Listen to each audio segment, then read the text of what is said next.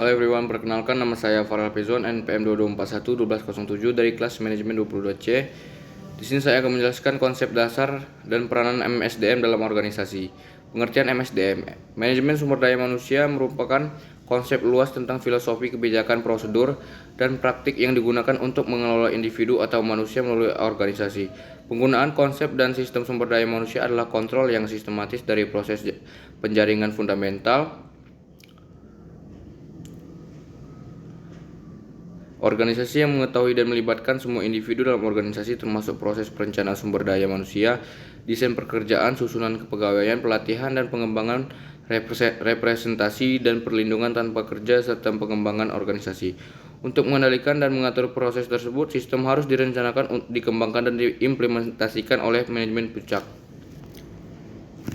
Manajemen sumber daya manusia MSDM bertanggung jawab terhadap aktivitas organisasi bisnis berhubungan dengan staf yang beragam melalui pelaksanaan fungsinya. MSDM melakukan pengawasan terhadap tenaga kerja yang produktif dan berkembang. Itu merupakan tugas MSDM. Peran MSDM dalam organisasi adalah mengatur seluruh karyawan agar secara efektif dan melakukan pekerjaannya untuk mencapai hal tersebut. Karyawan harus dianggap sebagai aset bukan biaya untuk organisasi. Pentingnya MSDM dalam mengelola organisasi.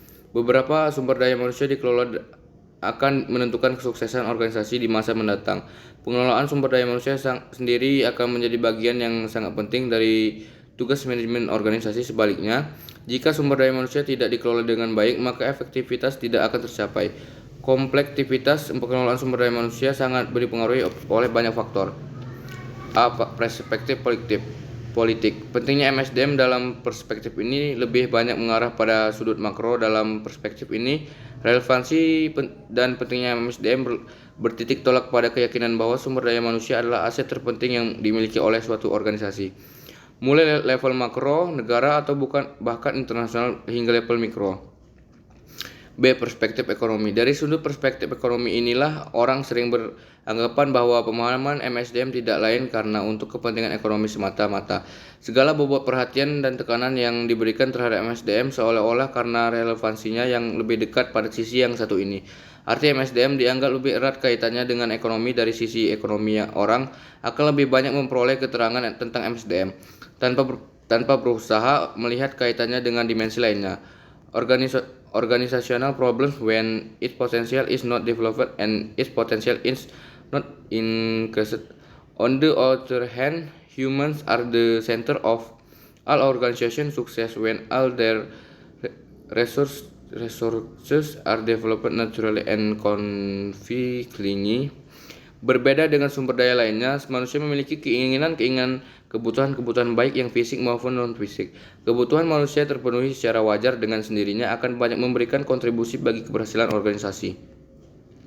C. Perspektif hukum. Dalam organisasi maupun terdapat beberapa peraturan, ketentuan atau perjanjian-perjanjian yang semua pada dasarnya mengatur tentang hak dan kewajiban secara timbal balik antara organisasi dengan anggota-anggotanya, antara orang-orang yang mempekerjakannya dengan orang-orang yang dipekerjakannya. Keseimbangan antara hak dan kewajiban ini merupakan suatu tuntutan yang perlu terus diwujudkan, dibina, dipelihara, dan dikembangkan. Jika keseimbangan itu tidak terwujud, maka akan menimbulkan distori atau gangguan yang pada gilirannya akan berdampak negatif terhadap kelangsungan hidup organisasi. D. Perspektif sosiokultural. Masalah MSDM juga dapat disoroti dari perspektif sosiokultural. Ada dua alasan utama yang mendasari perspektif ini. Pertama, sisi yang ini lebih peka karena berkaitan langsung dengan harkat dan martabat manusia. Sebagai manusia, tentu setiap orang menginginkan kehidupan yang lebih baik. Hal ini bisa diwujudkan jika seseorang memiliki pekerjaan tertentu. Kesempatan diwujudkan jika seseorang memiliki pekerjaan tertentu. Kesempatan berkarya merupakan upaya yang meningkatkan harkat dan martabatnya. Harkat dan martabat tidak bisa diukur dari hal-hal yang bersifat kebendaan, tetapi juga mencakup hal-hal non-fisik. Kedua, melalui perspektif ini juga ingin ditekankan bahwa sulit diperoleh satu sistem MSDM bebas nilai karena pemenuhan sistem sosio-psikologis terikat pada norma-norma sosial yang berlaku di dalam masyarakat, di mana orang itu menjadi bagian nilai. Itulah yang menentukan baik buruknya, wajar tidaknya, dan sekaligus menjadi barometer penilaian bagi seorang. Nilai-nilai ini biasanya bersifat khas, terikat pada karakteristik suatu masyarakat tertentu. Tidak ada dua organisasi yang persis sama dalam segala hal. Values in organization are usually very closely related to elements such as the history of the organization, the basic philosophy of establishing the organization, the philosophy of life of the founder of the organization, the type of organization activities, the configuration of the organization members, the stakeholders that must be faced and satisfied by the organization, and the goods and service produced by the organization. Perspektif administratif.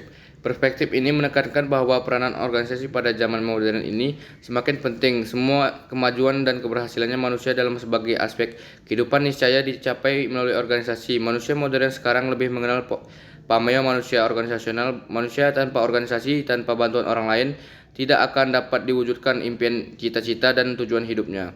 F. Perspektif teknologi. Relevansi dan pentingnya MSDM ini terlepas dari berbagai perkembangan dan kemajuan yang dicapai. Di bidang itu, pengetahuan dan teknologi iptek dampak dari berbagai kemajuan tersebut dapat bersifat positif dan juga negatif. Banyak pekerjaan yang sekarang yang diambil alih oleh mesin-mesin canggih. Akibatnya banyak orang terpaksa kehilangan pekerjaannya. Merupakan sumber penghasilan kehidupan, pengangguran muncul bersamaan dengan berperannya berbagi mesin hasil kemajuan teknologi canggih.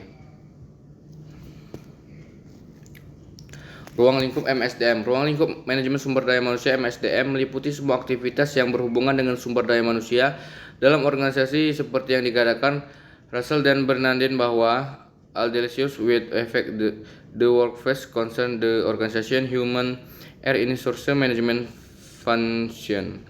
Aktivitas-aktivitas yang berkaitan dengan MSDM ini secara umum mencakup sebagai berikut. 1. Rancangan organisasi. 2. Staffing. 3. Sistem reward, tunjangan dan pematuhan compliance. 4. Manajemen performa, pembagian kerja dan organisasi. 6. Komunikasi dan hubungan masyarakat. Mungkin itu saja yang dapat saya sampaikan. Saya akhiri. Wassalamualaikum warahmatullahi wabarakatuh. Thanks for listening.